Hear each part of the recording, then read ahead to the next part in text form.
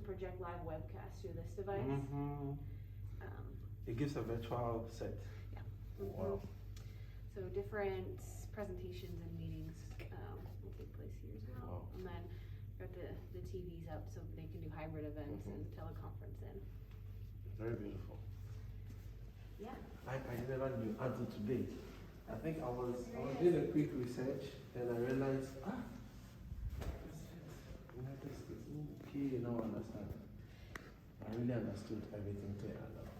Wilson, first and only president with a PhD, and then known for being the first internationalist president. So that's why the International Center and the emphasis on scholarship. Wow. So other offices on this floor are different scholars and support teams. Wow. So we can keep going up. Okay.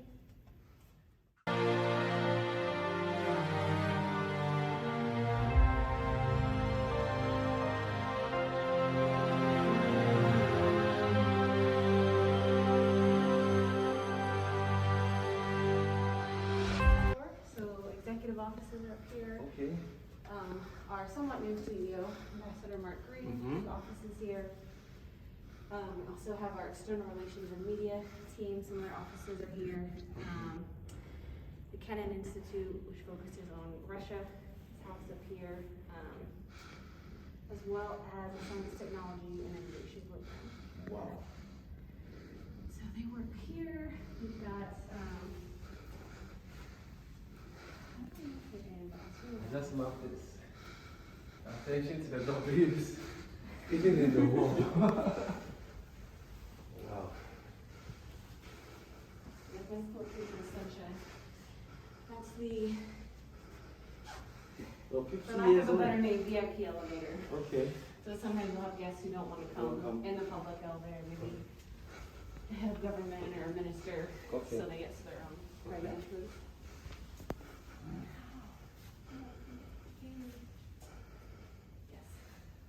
Again. Wilson. Thank you. Your personality has given us a whole center of scholars. We like to show different events. So obviously, Monday. Yeah, Africa, Director of Africa program. Vice President Pence spoke here a few years ago. Okay. So this is another significant leader for U.S. Africa policy, the former Assistant Secretary for African Affairs, Ambassador Naj. He spoke here twice. Wow. Now he still remains pretty active. So is he resigned from diplomacy? He is, yep, he's back teaching. Wow. That was what he was doing before he held the position, most immediately. Okay. And now he's back. Back to the academia. Yeah, I believe in Texas. So it's a little quiet. Folks are not being here every day. Like before. Oh dear, I hope it happens soon. Life gets back to normal soon. For years, the Wilson Center published what's called the Wilson Quarterly as a physical journal. And then they've since transitioned to a digital magazine. We just had an article released, or a copy of it released last week. And so it's much more enhances the visual design as well as the story. So we won several awards. Oh, that's okay. Good to see you. Another. Okay, science, technology, innovation. We used to also operate a press, the Wilson Press, and do book publication. Wow. It's been shut down since, and most of the books are external.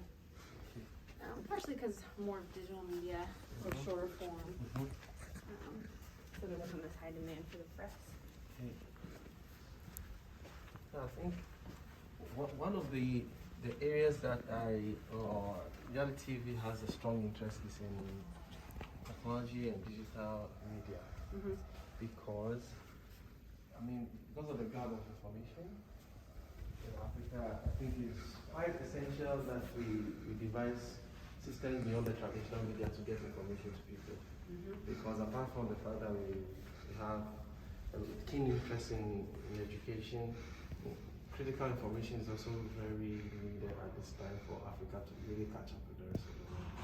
So for a platform like YALI TV, we try to, even though it may have been nice to just be a traditional media space and develop in that area, but it's more strategic to go in the area of digital media, trying to discover more tools that we could use to get to people right in on their phones and wherever they are, instead of just when they sit there and watching TV. So beyond TV and more beyond TV. mobile accessible. Yes, yes. What are some of the things that you found most successful or most approachable? With regards to YALI TV? Okay, I think the use of digital tools, like for example social media, like especially Facebook, because usually traditionally people who want to use new media tools usually prefer stuff like YouTube. But Facebook did the magic for us because then we already have the YALI network, which is now almost getting to 800,000 members. So that was already a big niche to capture. So with Facebook, it was easy for us to just get to them because we already have the Facebook page where we could start giving them content. So it really helped us. So that really drove our accessibility. And I think that's been one of our successes. The other success has been inspiring people. Even though we've not gotten to where we want to get to, every step we make we realize inspires many people. The comments they send, the emails, the posts they make on social media, it really gives us that, it also inspires us back, because as we inspire them, we see their inspirational messages and their recommendations, and we are inspired to do more. Even with the little resources we have, which we know will actually expand with our network. As we grow bigger, as we meet more people, the resources will also increase. So far, accessibility has been the big thing for us. Yeah. We are just hoping now that accessibility also comes with giving more access to information, because more people want a story spirit, but now we have to develop the teams and the platforms to be able to begin to harness this information. Because we just based in Accra, so we are just using maybe emails, live engagement, but there are people who may not do that. They are actually concentrating on what they are doing more than telling their story. So we need to find a way to discover them and begin to tell their stories in a way, because that's what we really want. We want to inspire more young people on the continent, because as it stands now, I'll use Ghana as a case study. A lot of young people feel governments are not offering them what they want. Let me use Nigeria and Ghana. A lot of young people are so disappointed. New regime after new regime. They're thinking that when they change this regime is going to be better. Then it looks like it was even worse than the former. So at this point, it's important we begin to tell the stories of other young people who are actually rising up above the narrative in a way. Because if you are not able to do that over a period of time, it will turn into something else. It will turn into social arrests, because unemployment levels are shooting high. You're having more educational institutions that are training more middle level literates. So let's say, tertiary literates, universities. We're having more universities before, like in Ghana, now we have more than 60 universities. In the past, some decades ago, there were about 10. But now about 60. So it means more graduates are coming out. When the hopelessness shoots up, educated, desperate young people is very dangerous. So we need to begin to tell stories of individuals who are actually rising above the narrative to do something special for their communities, so that it could be more of like a career signboard, just to direct people the right way, not to just think that it's only the governments that have the responsibility to take care of us. We also have a responsibility to actually handle the nation from our corner as young leaders, and that's where the YALI fellows come in. I think we have gotten some additional information that others don't have. And so our lifestyle and what we are using that information to do must inspire the rest, instead of waiting for governments. Because if we do that, I don't see, I see a lot of dark clouds across Africa in the next 10 years if we just rely on governments. Because it doesn't look any better, because young folks are very informed as compared to 2 decades or 3 decades ago. We have access to internet, so we can see what's going on across the world in the tap of a button. So we know what is going on. We know what we are lacking in our countries. And so if our governments are not able to catch up with that, then the disappointment will shoot up and to become something else. So it's very critical for a platform like YALI TV to be magnified with speed, so that the inspiration will be high, so that the desperation does not increase as it is doing now.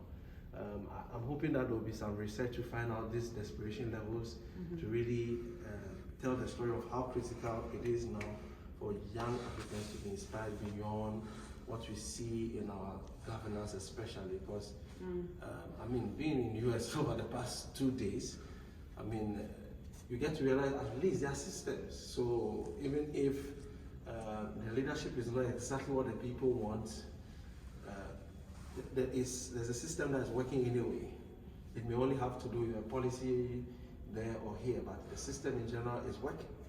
Unlike back in our homeland, the systems are lacking. It's not answering the needs of the people immediately.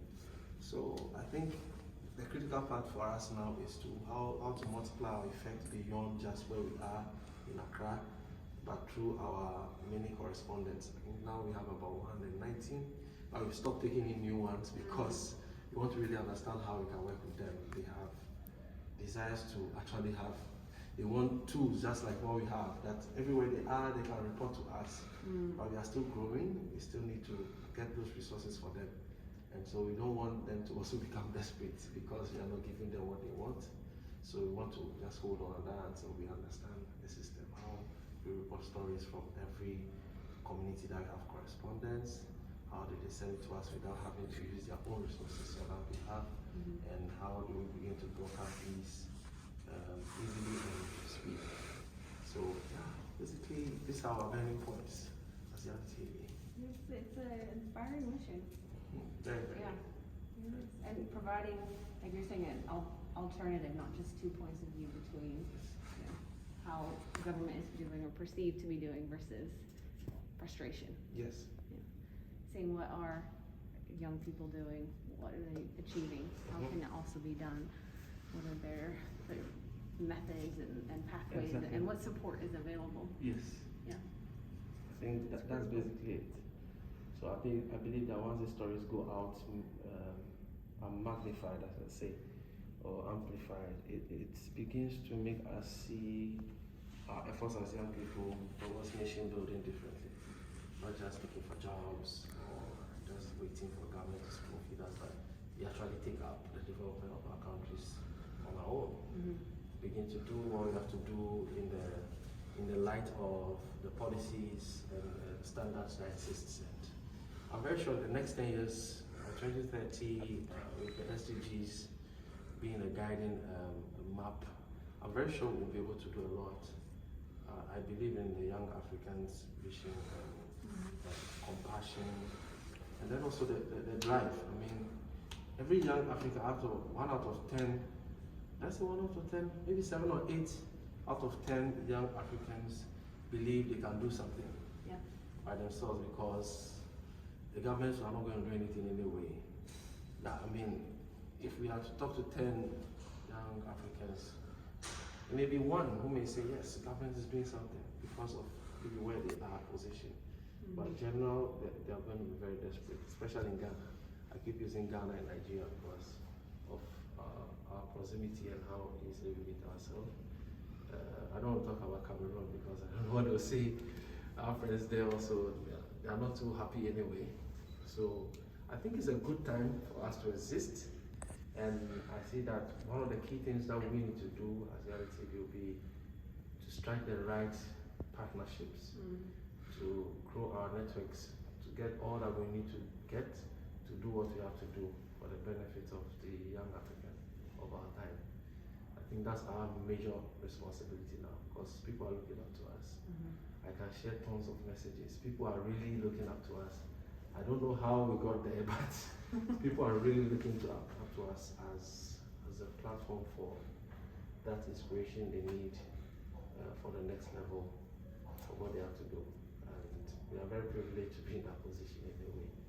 And we plan to do more to inspire our time. Yeah. Studies in countries that youth are the future.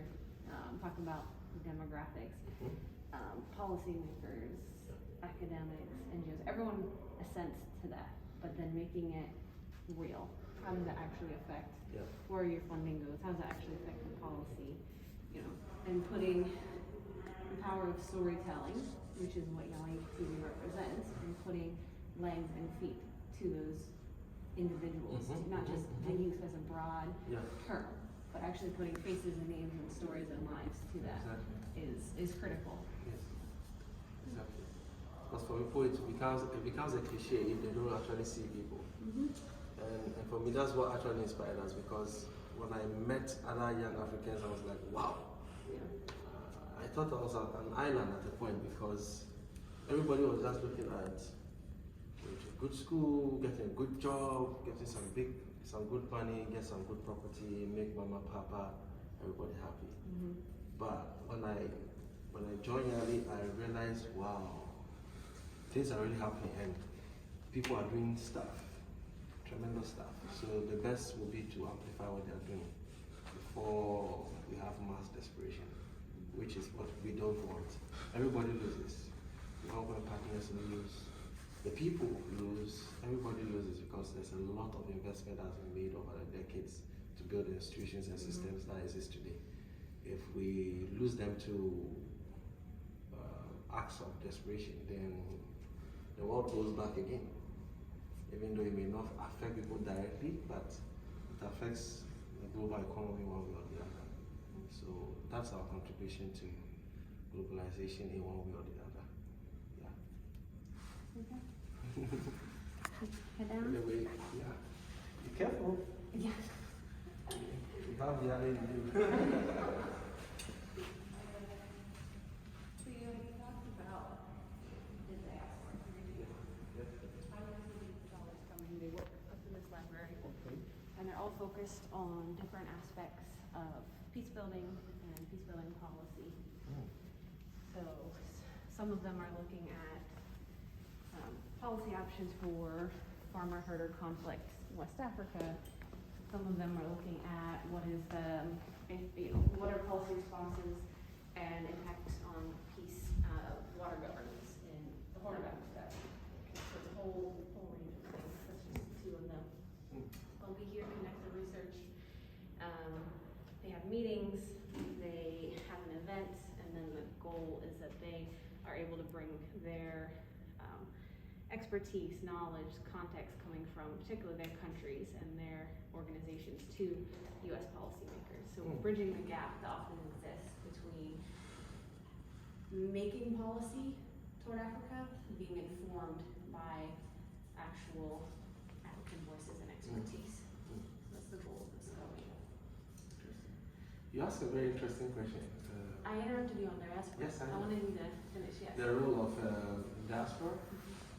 And I'll just give you a quick example. Like, let me use Sergeant Baka as an example. Sergeant Baka is a b-ball star, basketball star. I just imagine the opposite. If he just stayed in Africa, he might never have become a basketball star. But him becoming a basketball star or an NBA star today is because of him taking advantage. Of course, he's an inspirational person, he's persevering, but because there was an opportunity, he's been able to gather a lot of experiences on how he took advantage of the system, the things he had to do to build himself, to build on his talent, to become a professional. And so this collection or archive of information may just be what another Sergeant Baka in Africa may need to become Sergeant Baka right in Africa. Because we may not have everybody coming to America or going to Spain to become the star they're supposed to be in any industry, whether it be it in agriculture, in science and technology, or in architecture, or sports, or entertainment, whatever industry may be. That becomes an archive of information. So people in the diaspora of African origin have become more or less living libraries that if we can project to the young African community. Of course, Africa is the youngest continent, or the population the youngest people. So with that information, if we could just throw light on the life of people who actually made it in diaspora, it can become a point of learning for us back in Africa. So we might not necessarily have to migrate to America or to Europe, to China, but we can become who we want to be with the information that some have already lived their lives for, especially people who usually speak about the slave trade being a bad influence on the continent. I think the time has come for us to turn it around. All the years of learning that's happened, centuries of learning, can actually be what Africa needs at this time. If only we share the stories of how people have become successful through the system changes that have occurred over the decades or centuries. Africa could just look at those as templates to develop our various industries and the nations and the continent as a whole. So we see us being a communication or medium for information transfer to utilize this resource, this archive of people of Black origin in the diaspora, to actually become a point of learning, telling their stories to inspire a young African out there without having to migrate to the United States. Because not everybody will have the opportunity like we've even had today. It's a miracle because of how everything went for us to be here. But it's not everybody's going to get the opportunity. So the best would be to put a lens on people who actually have been in the diaspora, have achieved so much in their sphere of profession or industry, and use it as a point of inspiration for many others who might not have the opportunity to be here. So that's how we see the diaspora. We see the diaspora as an archive of information. We're talking about books. We see their lives as living books, that if we could just put a spotlight on them, their story would then inspire people. People in the different industries. So if we get role models in the various industry, be it education, agriculture, entertainment, media, infrastructure. We have tons of personalities, living and living dead, whose stories can actually inspire Africa. And I think it's so critical that Africa gets to be what it's supposed to be to help the whole world balance. Because if any of the continents at this time is imbalanced, it's going to affect the whole world, whether we accept it or not. I think so. Because then resources that have to build the world, for example, we are fighting a pandemic. We don't want to be directing money towards wars. We don't want to be directing money towards other things at this point. We want to fight the pandemic and win as a globe. So I think it's very critical Africa stands well and tall to play its role in the global community. So I think that's how critical the diaspora is to us at this point. And we see the diaspora as a point of learning for young Africans back in Africa. Sort of inspiration. Well, I would encourage you to also think of it in an exchange, in a two-way. Because I know that many members of the diaspora are interested in engaging. Of course. And they want to hear stories, and they want to know areas and points of engagement, what's happening, and how to even get involved, and you just hear from their respective countries or heritage. And so hearing that from YALI TV and those stories is inspiring to them. So I think it's a two-way exchange. Very true. Yeah. I had to meet, there was one of our followers, and he's been following us. So I even thought at the point, maybe it was an African who was just in love with us, but I got to realize he's an American, and he said his boys actually watch our programs to get inspiration. I was like, wow. So we had a video chat, and he was telling that, listen, what you guys are doing and the people you profile actually inspire my boys here in America. And now they are doing what they're in college now. And so I think what you said is very true. And when we had the year of returns 2 years ago, the eagerness that was showcased by those who came, the delegates who came for the Full Circle Festival and the tours, was a proof of what you said, that it's a two-way affair, it's an exchange. So people in the diaspora also want to know about what is going on. They want to connect to their continent of origin, one way or the other. They want to know what's going on there. And we could be just that platform that will give them that information that they want, for them to know what's going on and how they can connect. So yeah, point well noted.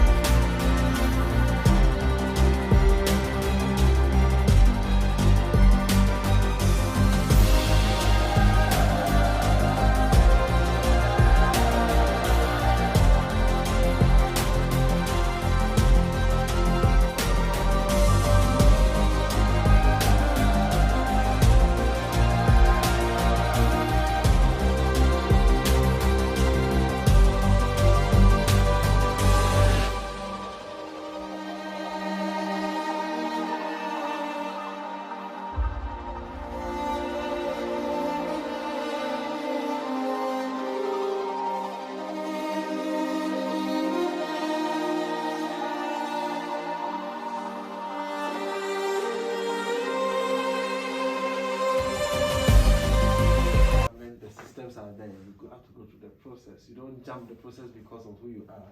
You have to go through the process. Well, you're not supposed to. Yes, you have to go through the process.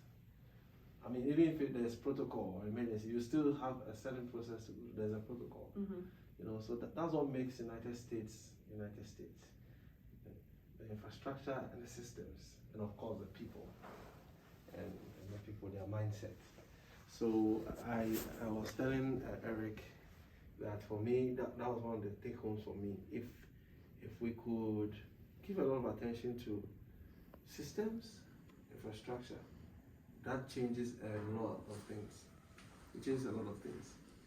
And I hope that we'll have opportunity for dialogues in that direction to see how young people or people back in Africa begin to have focus on those things. Because if I'm very rich and I'm in a community of 1,000 people, it doesn't really make any change. But if I could use my abilities to improve the community in which I am, we'll have a very conducive environment, and I'll enjoy myself better because I won't have many people coming to me. We'll all enjoy it. If I need anything from anyone, I can get it, and vice versa.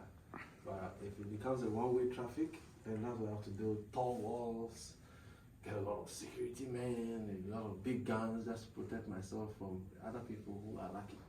And that's what's going on.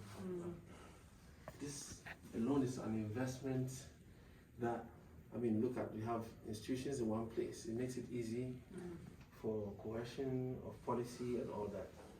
And this one makes you so different, so special. And I hope we will be able to emulate some of this stuff. But it's interesting, the last couple of years have definitely been a sort of stress test on just society and norms. And I think regardless of individual views of whatever's happening in politics, policy, government, I do think that a lot of the American public is more, they recognize more, they shouldn't take for granted the institutions and the systems. It shouldn't be that at it's all. a autopilot. We've reached this stage and we're good. It's not the case.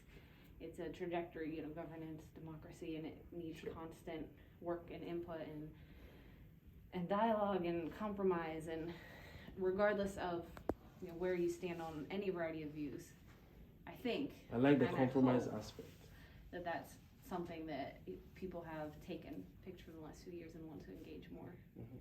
So yeah, I mean, there has to be compromise, and where you don't allow space for compromise, then there's no point in even trying to say you have a democracy. Yes, yes. But Interesting.